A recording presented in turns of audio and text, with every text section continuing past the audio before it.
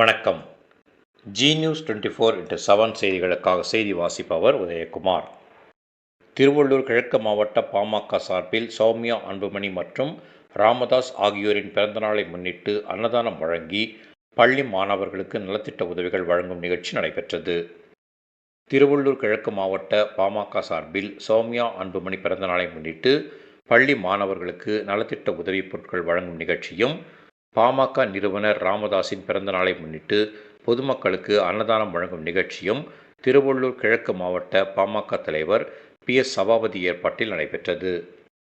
திருவள்ளூர் கிழக்கு மாவட்ட பாமக சார்பில் சௌமியா அன்புமணி பிறந்த நாளை முன்னிட்டு வில்லிவாக்கம் ஒன்றியம் லட்சுமிபுரம் அரசினர் மேல்நிலைப் பள்ளியில் சத்துணவு சாப்பிடும் 385 மாணவர்களுக்கு ஸ்டீல் தட்டு, டம்ளர், இனிப்பு, வாட்டர் பாட்டில் உள்ளிட்ட நலத்திட்ட உதவிகள் வழங்கும் நிகழ்ச்சி நடைபெற்றது.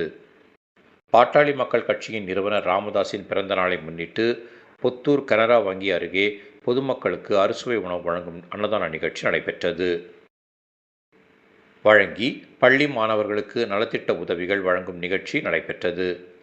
திருவள்ளூர் கிழக்கு மாவட்ட பாமக தலைவர் PS சபாபதி பொதுமக்களுக்கு அன்னதானம், வாட்டர் பாட்டில் ஆகியவற்றை வழங்கி நிகழ்ச்சியை துவக்கி வைத்தார். இதில் நூற்றுக்கணக்கான பொதுமக்களுக்கு அன்னதானம் வழங்கப்பட்டது.